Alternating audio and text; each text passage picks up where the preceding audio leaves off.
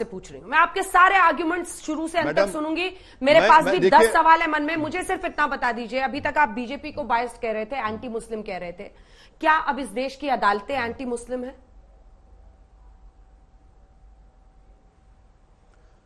Madam, मैं ये नहीं कह रहा हूं, आप कंटेम कर रही हैं इस तरह की बातें करके कोर्ट के बारे में। मैं कह रहा हूं कि मैं कोर्ट के जजमेंट से डिसएग्री करता हूं। सुप्रीम कोर्ट के जजमेंट से मैं डिसएग्री किया, जो राम मंदिर के ऊपर आया था, जिसमें जजेस ने किसी ने भी साइन नहीं किया। मैंने जस्टिस जे.एस. वर्मा को कोर्ट किया कि जस्टिस जे.एस. वर्मा ने कहा कि supreme court is supreme but not infallible.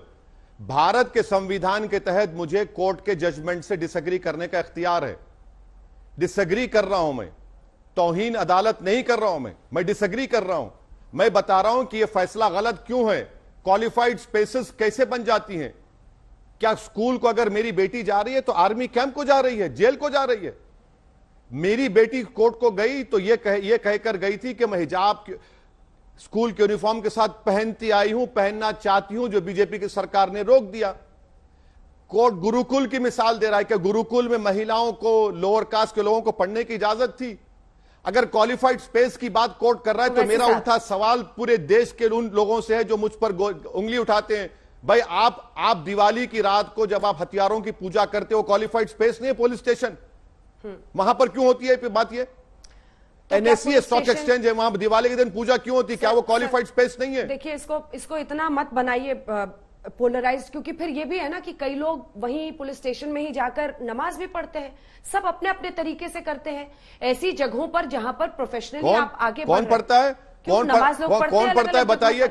अरे कौन पढ़ता है? बताइए ना बताइए कौन करता है? बताइए, पुलिस से नमाज कौन पढ़ता है? बताइए, एक तस्वीर दिखाइए हमको, बताइए। चलिए, हमको देश भर में अपने अपने अलग अलग मैडम, हम आपसे कह रहे हैं कि सुनिए, बात से रखो, पर मेरे एक सवाल का जवाब मैडम, क्या गुरु मैं एक सवाल सुनिए, नहीं, आपके सवाल का जवाब दूंगा मैं, नहीं, वरना फिर आप कहें नहीं, मैं आपके सवाल का जवाब दूंगा। गुरुग्राम में क्यों पढ़ने नहीं दिया जा रहा मुझे? जब सुप्रीम कोर्ट ने कहा कि मस्जिद इस्लाम में एसेंशियल रिलीजियस प्रैक्टिस नहीं, आप कहीं भी नमाज पढ़ सकते, मुझे गुरुग्राम में पढ़ने क्यों नहीं दिया गया? इजाजत आपने देकर कैंसिल कर दी। आप जाइए ना कोर्ट। यानी आप ये कहना चाह रहे हैं, यानी बीजेपी आप ये कहना चाह रहे हैं कि सुनिए, सवाल मैं कंसीड करती हूं, सुनिए, इस पर बहस हो सकती है जो आप कह रहे हैं। आप कंसीड मत करिए, आप कंसीड मत करिए। आप देश की सबसे मशहूर एंकर हैं सर, आप देश के सबसे मशहूर बैरिस्टर हैं। आप मेरा एक सवाल सुनिए। अरे प्रभु, मेरा एक सवाल तो सुन लीजिए आप। मेरा एक सवाल नहीं हूं, मैं नहीं हूं, मैं हरगिज नहीं हूं, प्रैक्टिकलिटी ऑफ क्लोथ्स, बिल्कुल नहीं हूं मैं। प्रैक्टिकलिटी ऑफ क्लोथ्स पर आइए तो बहस करने। आप एक बार तो आइए प्रैक्टिकलिटी ऑफ क्लोथ्स पर। आप हमेशा कहते हैं कि मुस्लिम, आप एक से क्या प्रैक्टिकलिटी उसमें नहीं है? Sir please, with full respect, देखिए मुस्लिम, आप कहते हैं कि सेकेंडरी सिटीजन्स बना दिया गया है मुस्लिम्स को इस देश में। महिलाओं के साथ क्या हो रहा है?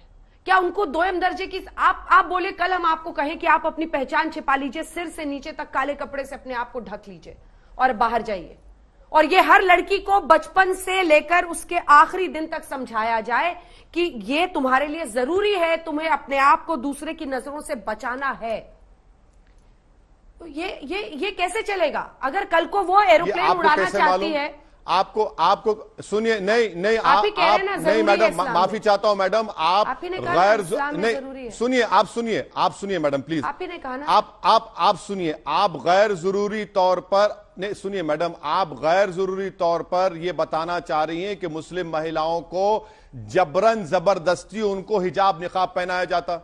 मैं कह रही हूं कि कहां है मैडम, इस दौर में किसी को जबरदस्ती की जा सकती है? अरे बिल्कुल गलत बात है, गलत, ये आपका सवाल ही गलत है। नहीं तो मैडम प्लीज, मैं आपको बता रहा हूं, मैं भी बेटियों का, मेरी बेटियों, मैं बेटियों का बाप हूं। मेरी बेटी हिजाब पहन के आज मेडिकल डॉक्टर है, मेरी बेटी हिजाब पहन के आज मेडिसिन करने वाली है। जब आजादी की लड़ाई लड़ी जा रही थी तो मौलाना अबुल कलाम आजाद की वालदा क्या थी बताइए?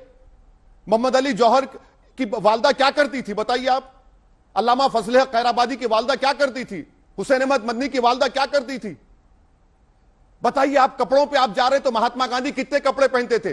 अंग्रेजों की गुलामी से छुटकारा दिलाया गांधी ने। कपड़ों की अहमियत क्यों है इस देश में? इस देश में अहमियत होनी चाहिए इंसान की काबिलियत की, कपड़ों की अहमियत क्यों है?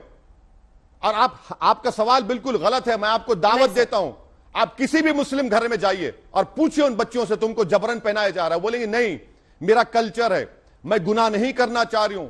और हम यह भी कह रहे हैं कि अगर कोई नहीं पहनता है तो हम किसी को फोर्स नहीं करते।